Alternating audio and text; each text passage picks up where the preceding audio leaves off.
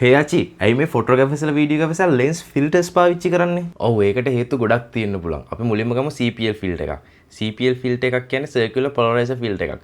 මේකෙන් සරලවම වෙන්නේ කැමරාව ඇතුළට එන රිෆ්ලෙක්ෂන් වල ලයිට් එක කට් කරලා දාන්න පුළුවන්. ඉතින් අපි උදාහරණයකට ගමුකෝ මඩවලක් හරි මොකක් හරි දැක්කොත් ඔයාට ඒක දිහා බැලුවොත් දවල්ට එහෙම ඔයාට අහසේ රිෆ්ලෙක්ෂන් එක බලා ගන්න පුළුවන්. ඉතින් මේ වගේ ලෙන්ස් ෆිල්ටර් එකක් CPL එකක් අපි කැමරාව ඉස්සරහින් මවුන්ට් කරොත් ඔයාට හැකියාවක් තියෙනවා ඒ රිෆ්ලෙක්ෂන් එක කට් කරලා දාන්න. එතකොට මේ වතුර වලේ තියෙන පැහැදිලි වතුර නම් ඔයාට ඒ රිෆ්ලෙක්ෂන් එක නැතුව වතුර යට තියෙන්නේ මොනවද කියලා බලන්න පුළුවන්. මම ඒකට හොඳම උදාහරණයක් දැන් පෙන්නන්නම්.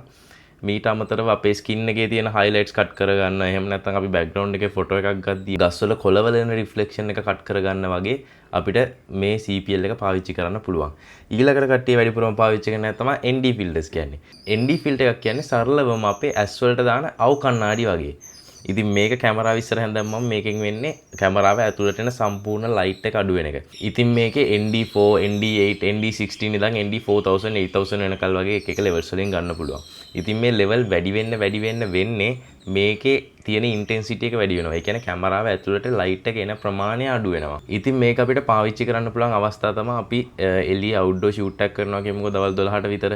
එතකොට එළියේ තියෙන direct sunlight එකත් එක්ක අපිට කැමරාවේ අපිට ඕන settings පාවිච්චි කරන්න හරි අමාරුයි. ඉතින් ඒ වෙලාවට අපිට පුළුවන් මේ වගේ ND filter එකක් අරගෙන කැමරාව ඉස්සරහින් mount කරලා lens එකේ අපිට ඕන light එක control කරන්න.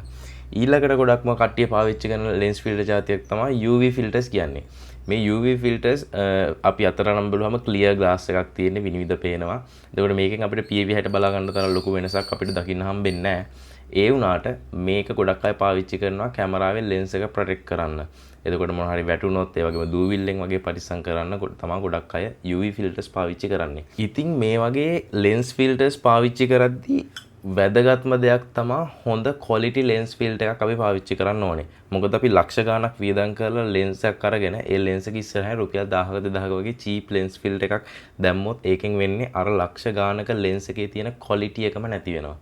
ඉතින් ඒක එච්චර හොඳ දෙයක් නෙමෙයි. ඒ හින්දා ඔයා lens filter එකක් ගන්නවා නම් අනිවාර්යෙන් මතක් කරලා හොඳ quality lens filter එකකට invest කරන්න. එතකොට ඔයා පාවිච්චි කරන lens filter brand එක මොකද්ද?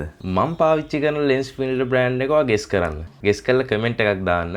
ඉතින් ඔයාට තවත් මේ වගේ වීඩියෝ බලා ගන්න ඕන නම් දැම්ම අපිව follow කරන්න.